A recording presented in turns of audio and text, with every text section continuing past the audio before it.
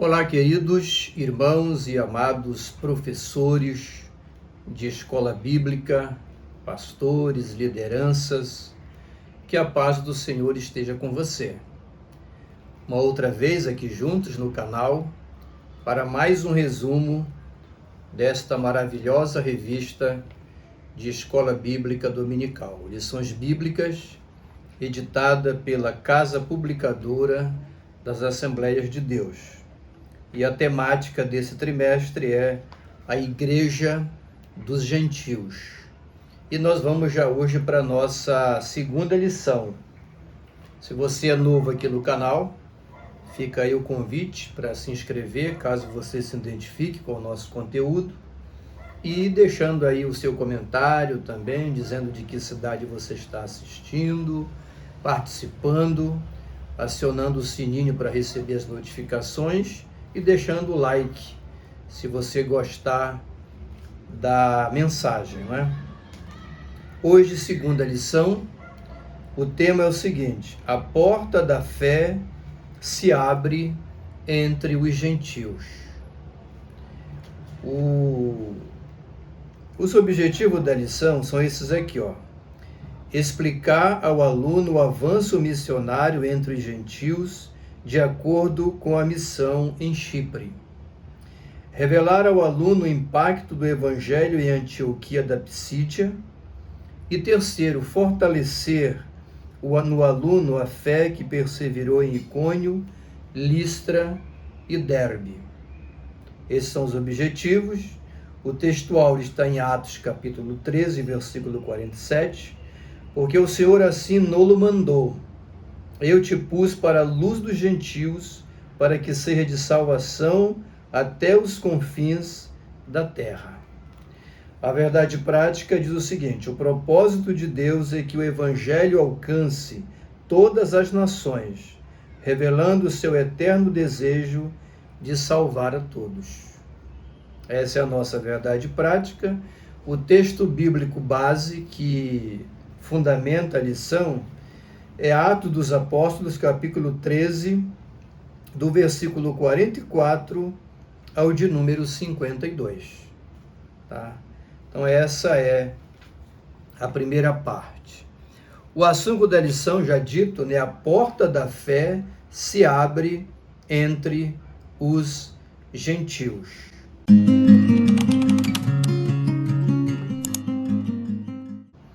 E aqui já fazendo uma observação, já dito na lição passada, o significado do termo gentil. Gentil, grego, são expressões bíblicas usadas no Novo Testamento para designar todas as pessoas que não faziam parte da comunidade de Israel, do judaísmo, certo? Por consequência. Então, isso é um gentil. Então, nós vamos aqui à nossa introdução. O que nós temos aqui, ó? Para você entender essa lição, na verdade, irmãos, não somente essa lição, mas praticamente toda essa revista aqui, ela é um tratado prático de missiologia. O que é a missiologia? É uma parte da teologia cristã reservada para analisar, estudar e se aprofundar na área de missões. E missões aí em todos os seus aspectos. Missões nacionais, missões locais, missões transculturais e por aí vai. Então, estudar a missiologia é de suma importância para quem quer entender perfeitamente os relatos aqui, as lições e o aprendizado trazido por essa revista nesse trimestre. Então, o cenário é o seguinte, olha. Após serem separados pelo Espírito Santo sob a imposição de mãos, Paulo e Barnabé partem para a pregação do Evangelho. Isso nós já estudamos na lição passada, né? Onde a igreja em Antioquia da Síria, é bom não confundir, o livro fala de duas cidades com o mesmo nome: Antioquia da Síria e Antioquia da Pisídia. Antioquia da Síria é a cidade onde nasce a primeira grande igreja gentílica, né, que vai servir como base missionária para o apóstolo Paulo e seus companheiros no decorrer do tempo, os primórdios do cristianismo. Tá? Então, lá em Antioquia da Síria, perante a igreja, a Bíblia diz que disse o Espírito Santo, né? Separai-me, Paulo e Barnabé, para a obra que eu os tenho chamado. Então, esse é o cenário. Após esse episódio, essa consagração, esse reconhecimento da igreja de Antioquia da Síria, Paulo e Barnabé, eles partem para o campo missionário, para a pregação do evangelho. Isso aí, em missiologia, nós chamamos de a primeira viagem missionária de Paulo. Ele fez várias. Então, ao se debruçar diante dos temas aqui, dos episódios que vão ser narrados nesta lição, nós estaremos diante da primeira viagem missionária de Paulo. Vamos aprender o que aconteceu nessa viagem missionária e vai ser de grande valia para o nosso crescimento de fé. Ok? Isso acontece na ilha de Chipre.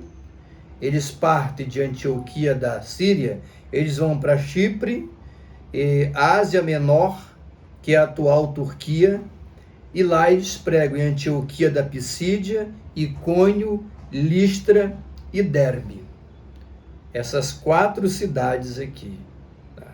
Antioquia da Pisídia, Icônio, Listra e Derbe. Tá certo? Então a geografia bíblica nos conduz para isso. O primeiro tópico da lição: a missão em Chipre, a primeira porta aberta entre os gentios. Vamos lá. Número 1, o envio missionário e o avanço da palavra, tá? O envio missionário e o avanço da palavra. Chipre é a primeira ilha que eles visitam depois que saem de Antioquia da Síria. E Chipre era a cidade natal de Barnabé, o amigo e colega e parceiro e companheiro missionário de Paulo, né? Eles pregaram em Salamina, nas sinagogas, e avançaram pela ilha até a cidade de Pafos. Então, lá em Chipre, eles pregaram em Salamina, nas sinagogas, e avançaram pela ilha até a cidade de Pafos. É aí lá que acontece um confronto, já mencionado inclusive na lição passada, né? Que vai ter o desdobramento aqui para o item de número 2. O confronto com as trevas e a vitória do Evangelho. Lá em Pafos, nessa cidade que pertencia a Chipre, era uma ilha de várias cidades, né? Aconteceu um episódio que marcou esse início do esforço missionário de Paulo, Barnabé e os demais, entre os gentios. O que aconteceu lá? Quando eles chegaram lá, Paulo começou a pregar a palavra de Deus e o governador, o procônsul romano, Sérgio Paulo, lá em Pafos, né? E ele ali se demonstrou interesse em ouvir a palavra de Deus, certo? E aí apareceu nesse momento um mago, um bruxo, um adivinho, né, chamado Bar Jesus, também conhecido como Elimas. Esse cidadão, ele tentou agir no sentido de impedir que o procônsul romano ouvisse a pregação de Paulo, ouvisse a pregação da palavra. Ele tinha uma certa influência ali, ele tentou impedir, mas Paulo enfrentou esse cidadão, né, com autoridade espiritual. Inclusive, nesse enfrentamento, o mago Elimas, ele fica cego. E aí, mediante esse sinal miraculoso, digamos assim, né, foi uma intervenção divina ali, o procônsul, ele abre o coração e se converte, aceita a Cristo, o cristianismo, e Paulo tem êxito nessa missão missionária ali, tá certo?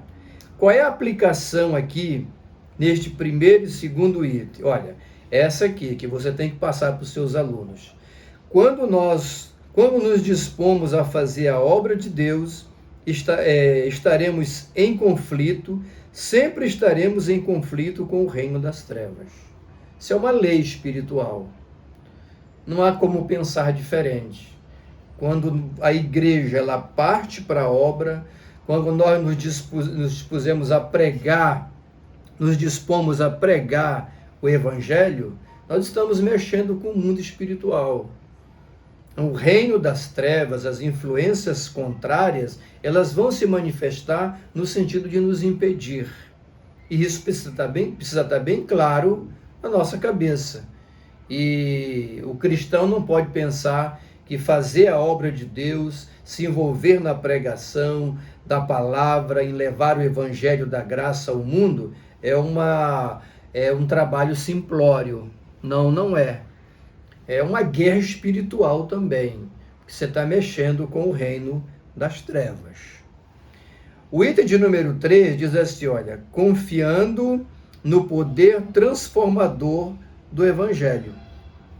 O que é que esse episódio, ainda preso ao episódio de Elimas, Bar Jesus, esse cidadão que era um mago, um adivinho, que tenta impedir a obra de Deus, a pregação de Paulo ao procônsul romano, qual é a lição que fica desse episódio aí? Pelo menos duas, né?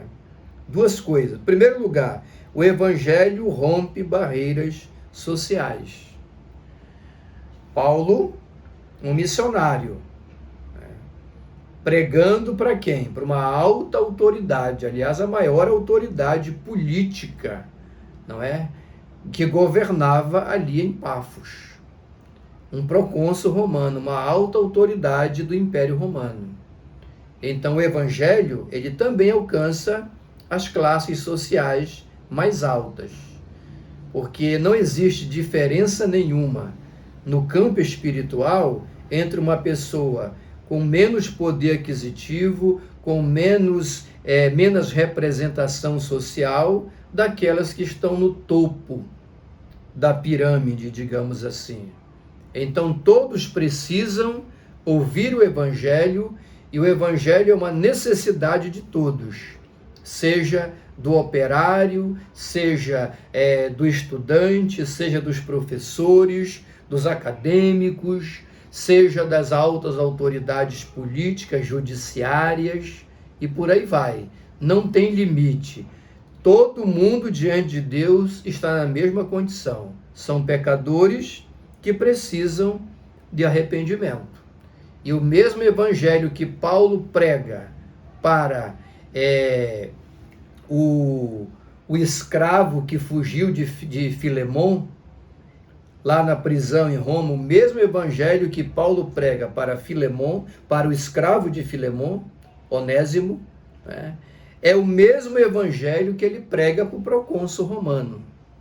Não tem diferença. Diferença nenhuma. O evangelho da graça, o evangelho do novo nascimento. Essa é a primeira lição que fica aqui. Isso precisa estar claro para nós. Segunda lição do episódio. O evangelho rompe barreiras espirituais. Aqui uma alusão direta à oposição maligna. O inimigo usou aquele homem para impedir que Paulo pregasse o evangelho. Mudou alguma coisa? Irmãos, no nosso tempo mudou nada. Mudou as pessoas, mudaram as pessoas, né? Os atores são outros, são atores modernos, mas é o mesmo Satanás, o mesmo inimigo trabalhando para impedir que a igreja avance com a pregação do evangelho. Os expedientes são diferentes, mas o propósito é o mesmo. Tá certo? Então essas são as lições que ficam. E é o tópico de número 2 da lição. Missão em Antioquia da Pisídia. Tá? O evangelho que ilumina. Já feita essa observação, né? Porque a Bíblia fala de nomes iguais para coisas diferentes. A Antioquia da Síria era a primeira igreja gentílica, que serviu como base para o trabalho missionário de Paulo, Barnabé e dos demais. Tá? Aqui é a Antioquia da Pisídia, que é uma outra Antioquia que vai ser alcançada pelo Evangelho da Graça através de Paulo, Barnabé e seus companheiros. Item de número 1. A exposição apostólica que revela Cristo nas Escrituras. Tá? Então, quando Paulo ele chega na Antioquia da Pisídia, ele começa a ministrar o Evangelho nas sinagogas, para judeus e para gentios. Ele não tinha preferência. Ele era um missionário, pregador do Evangelho da Graça para o mundo gentil e para quem estava ali envolvido, morando nessas comunidades, nessas cidades. Tá? Então, Paulo prega para judeus e gentios. Por quê? Porque Paulo ele tem a convicção já plena de que a igreja, que é uma nova criação étnica a partir da cruz do Calvário, essa igreja que agrega judeus, gentios, gregos, e pessoas de todas as tribos, línguas, povos e nações, isso é igreja na teologia paulina. Paulo é consciente que essa igreja aí é a igreja de Cristo, composta por todas essas pessoas e etnias. Então ele prega para todo mundo. E aí Paulo, ele demonstra que tudo aponta para Cristo nas Escrituras. Ele fala dos juízes e do rei Saul. Ele apresenta Jesus como filho de Davi. Ele afirma que João preparou o caminho do Senhor, que a cruz cumpriu as profecias e que a ressurreição foi confirmada por testemunhas e pelas Escrituras. E por último, no meio disso tudo, Paulo proclama a justificação pela fé, que era o âmago do evangelho que ele pregava. E aqui eu faço uma observação para os meus amigos que acompanham a ministração, que Paulo, ele era um homem de 3 mundos. Ele tinha alta capacidade acadêmica, ele era um homem expressivo em oratória, em conhecimento e em várias áreas. Então ele era um homem do mundo romano, ele era um homem do mundo grego e ele era um homem do mundo judaico. Aqui, na sua pregação em Antioquia da Pisídia, ele demonstra claramente o seu profundo preparo e conhecimento do mundo judaico, e isso envolve o conhecimento das Escrituras, portanto da lei de Moisés e todas as tradições dos judeus. Ele conhecia como ninguém essas matérias. Ele tinha conhecimento amplo de tudo isso. Então, quando ele vai pregar na sinagoga, que ele era um judeu da tribo de Benjamim, ele era um fariseu, um ex-fariseu, ele era um rabino, um homem de uma alta performance teológica no judaísmo, criado aos pés de Gamaliel. Então ele se vale de todo esse conhecimento que ele tinha para fazer uma minuciosa exposição das Escrituras para judeus e gentios, no sentido de provar e demonstrar a eles que Jesus de Nazaré era o personagem central, que todos os episódios do Antigo Testamento apontavam para ele. E no final de tudo, ele ministra o evangelho da justificação pela fé, que foi resultado da morte substituta de Cristo na cruz. É isso que acontece em Antioquia da Pisídia, esse momento missionário do apóstolo Paulo. E aí, qual é o resultado? Muitos judeus se retiram, muitos gentios demonstram interesse pelo evangelho da graça, e é isso que acontece. Uns rejeitam e outros aceitam. Os judeus se retiram, é possível que alguns creram, mas a maioria se retirou, mas os gentios, eles deram ouvido à pregação de Paulo, se sentiram impactados pela palavra. Qual é a aplicação deste item aqui? É essa aqui, ó. O trabalho do missionário é pregar a palavra de Deus. O Espírito Santo é quem trabalha no coração do pecador. Uns aceitam, outros rejeitam. Não é nosso papel falar ao coração de ninguém. Nós só falamos aos ouvidos. O Espírito Santo é que fala ao coração. E mesmo falando ao coração, a mensagem pode ser aceita ou rejeitada. Essa é a crença da teologia cristã pentecostal. Ok? Item de número 2. A rejeição dos judeus e a tristeza de Paulo diante da incredulidade. Paulo pregava nas sinagogas com o objetivo de alcançar primeiro o judeu. Os judeus de Antioquia da Pisídia obrigam Paulo a se retirar. Eles rejeitam o evangelho e isso entristece Paulo, um judeu puro sangue. Porque Paulo era um judeu que se converteu a Cristo no caminho de Damasco. Então ele tinha aquele ardor missionário de também alcançar os judeus. E ele ficou triste pelo fato daqueles judeus lá da Pisídia não crerem, não aceitarem, não entenderem aquilo que ele estava expondo, o evangelho da graça, através da boca de um homem que conhecia toda a estrutura da lei e as tradições e que teve uma experiência com Cristo no caminho de Damasco. Ele ficou triste por isso. Vamos de desdobramento para o terceiro item para aplicação. A porta da fé aberta aos gentios pela graça de Deus. E aí aparece uma expressão, indignos para a vida eterna. Os judeus que rejeitaram a pregação de Paulo, a ministração dele, eles foram considerados indignos para a vida eterna. Por um decreto arbitrário ou por resistência voluntária ao evangelho? Isso é uma questão aqui muito importante. Nós temos aqui uma questão teológica, muito polêmica, muito debatida nos círculos acadêmicos, teológicos, né? Por que os judeus rejeitaram ali, no caso ali, a palavra? Eles rejeitaram porque eles não estavam predestinados para a salvação.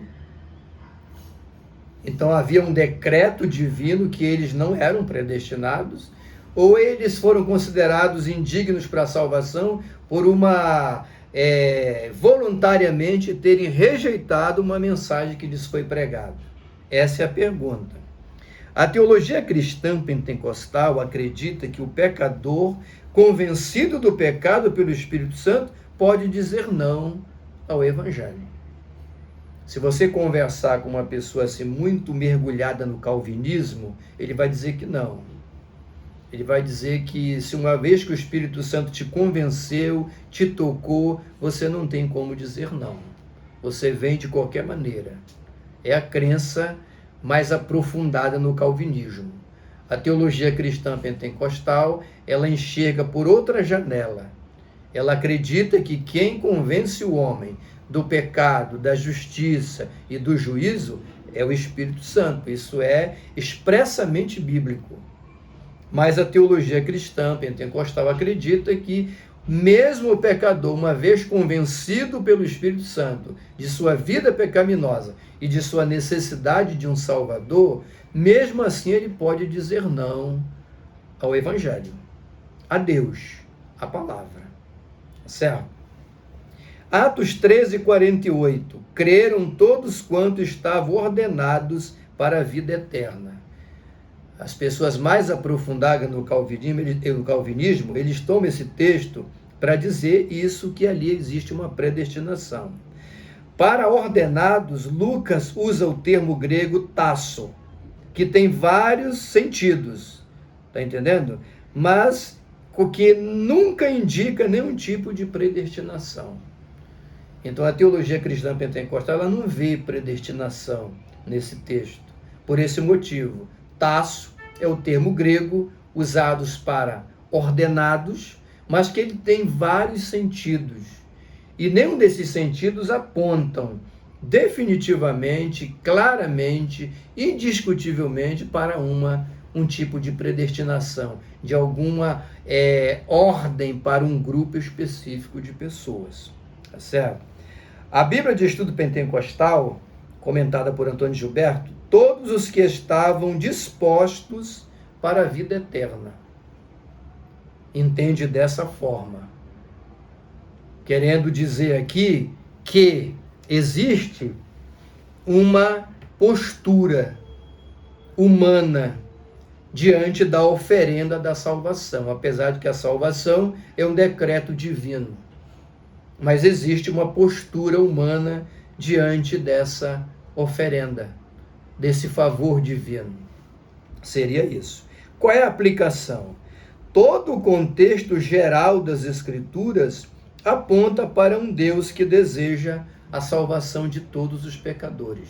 Quando você estuda a Bíblia, do Gênesis ao Apocalipse, você percebe que no contexto geral das Escrituras, sempre há o texto sagrado sempre apontando na direção dessa disposição de Deus em salvar todos os pecadores. É um desejo dele que todos se convertam. Não cabe na teologia cristã pentecostal a ideia de que Jesus morreu só por um grupo de pessoas, especificamente os predestinados. A teologia cristã pentecostal acredita, sim, na predestinação como uma doutrina bíblica, mas não essa predestinação fatalista, que seria uma designação de um grupo para a salvação e de outros para a não salvação por um decreto divino. Mas isso é um assunto muito longo. Fica aqui essa observação, certo? Então, esse é o item de o tópico 2, já feita a aplicação.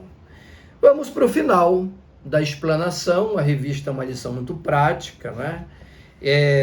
Terceiro tópico, a missão em Icônio, Listra e Derbe, a fé que persevera.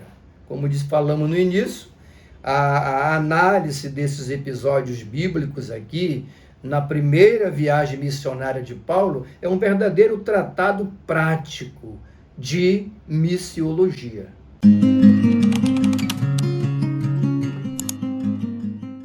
Ok? Item de número 1, Icônio, que era uma cidade, uma comunidade. O testemunho ousado que enfrenta oposição. Então, o que aconteceu ali? Quando Paulo prega em Icônio, igualmente em outros lugares, judeus e gregos creram, mas houve uma conspiração para apedrejar os missionários. Um grande grupo de judeus, como Paulo era judeu, eles creram na mensagem apostólica de Paulo e Barnabé. Não é? E muitos gregos, muitos gentios também creram. Mas houve ali um levante, um grupo de judeus, de outras pessoas que se revoltaram e arquitetaram ali para que Paulo fosse apedrejado. Qual é a aplicação deste primeiro item? Essa aqui, olha. A recepção ao Evangelho da Graça nunca foi, nunca não é e nunca será unanimidade. O missionário, o pregador da palavra de Deus, quem faz a obra do Senhor, tem que ter essa convicção. Nunca foi, não é e nunca será unanimidade. Sempre haverá uma oposição. Menor, média, grande ou estratosférica, mas sempre haverá oposição, porque, como já dito aqui, a missões é uma guerra espiritual entre o reino de Deus e o reino das trevas. Então sempre haverá essa oposição. Se você olhar, por exemplo, a Bíblia toda está cheia disso. Ali na cruz, quando Jesus é crucificado, tinham quantos ladrões lá? 2. Um à esquerda, outro à direita. Um se converteu e o outro não se converteu. É uma demonstração clara que não existe essa unanimidade, entendeu? Em relação ao aceitar ou não o evangelho da graça. Item de número 2. Listra, outra cidade. Milagres, confusão religiosa, tá entendendo? E sofrimento por Cristo. Aqui, Paulo ora, entendeu? E um aleijado de nascimento é curado, desculpem. Quando ele chega em Listra, ele prega a palavra, né? E nessa pregação, depois dessa pregação, ele ora lá por um aleijado, por um paralítico lá, e esse homem é miraculosamente curado. E isso causa um espanto no meio da multidão, e essa multidão, muitas dessas pessoas já estavam querendo adorar os apóstolos como se eles fossem deuses, fruto do politeísmo que imperava naquele mundo pagão. Mas Paulo e os demais rejeitam. Hoje tem muitos pregadores e cantores fazendo o contrário, né? Eles mesmos estão pedindo para serem adorados, reverenciados, entendeu? Tratados como astros, estrelas de quinta grandeza. Paulo dá um exemplo aqui de humildade e reconhecimento daquilo que era. E reconhecimento de que toda a glória do Senhor, que nós somos apenas meros instrumentos que Ele, por graça, utiliza para fazer a sua obra. Mas o intuito fundamental é glorificação do nome do Senhor e não culto à personalidade. Ok? Uma aplicação maravilhosa. Judeus, a multidão tenta adorar, eles rejeitam. Judeus unidos de Antioquia e Icônio, vindos, né, de Antioquia e Icônio, incitaram o povo contra eles. Vieram de outros lugares, acompanhando, né? Eles sabiam que aonde Paulo chegava era grande o impacto espiritual sobre aquelas comunidades. Eles vieram atrás, perseguindo, né? E lá em Listra, Paulo é apedrejado, quase morto, ele se levanta, se ergue e continua pregando a palavra de Deus. Ele não se acovarda, ele enfrenta os seus opositores em virtude de uma profunda convicção que ele tinha da veracidade do evangelho que ele pregava e do chamamento que Deus lhe deu para uma grande missão entre o povo gentil, fora dos muros de Jerusalém, da comunidade judaica. É maravilhoso isso. Qual é a aplicação aqui? A aplicação a própria revista traz. A fé bíblica não foge da dor.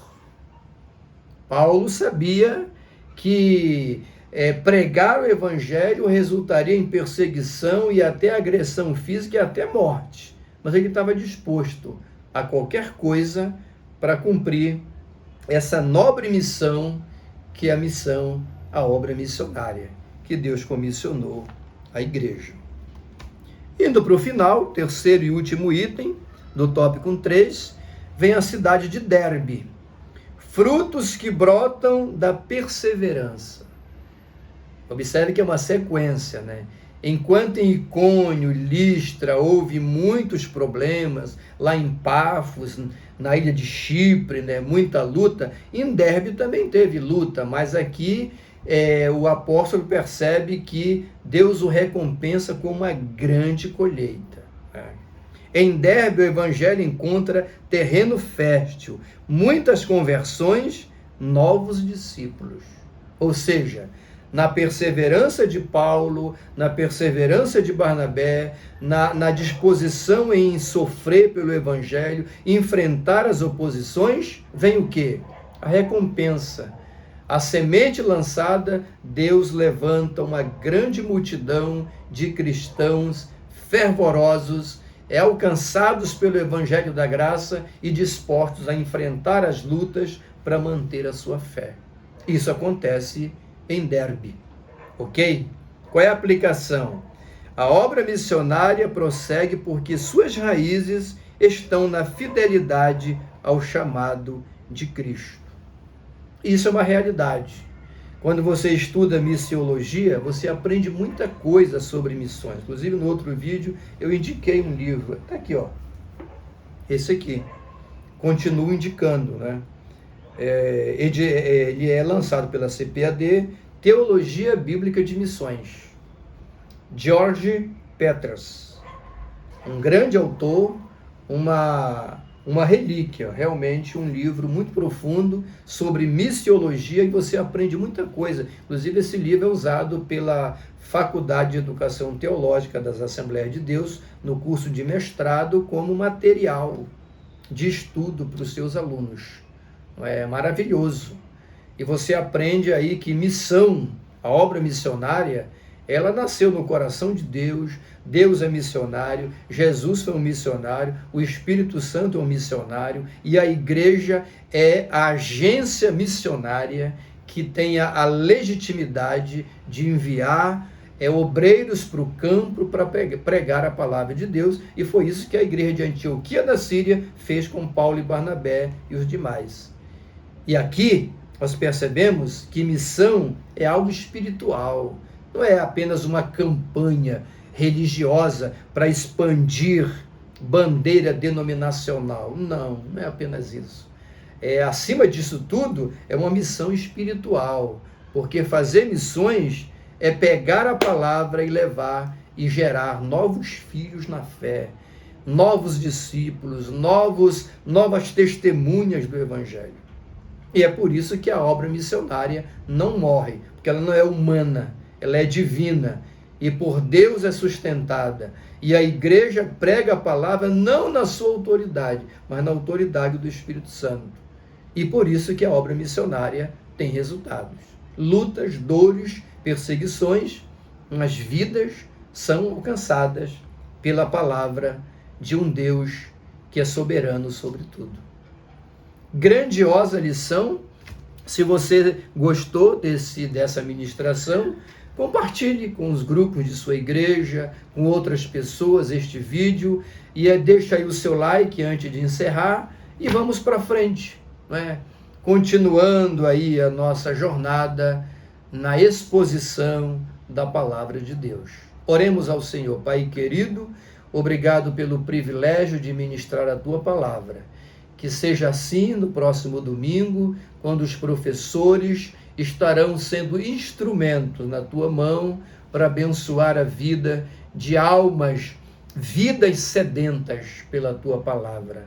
Confirma a tua obra, no poderoso nome de Jesus, nós te agradecemos, agora e para sempre. Amém. Que Deus te abençoe, meu irmão, minha irmã, de qualquer lugar do Brasil, aonde você se encontre, receba um carinhoso abraço do seu irmão em Cristo, Edmar Santos.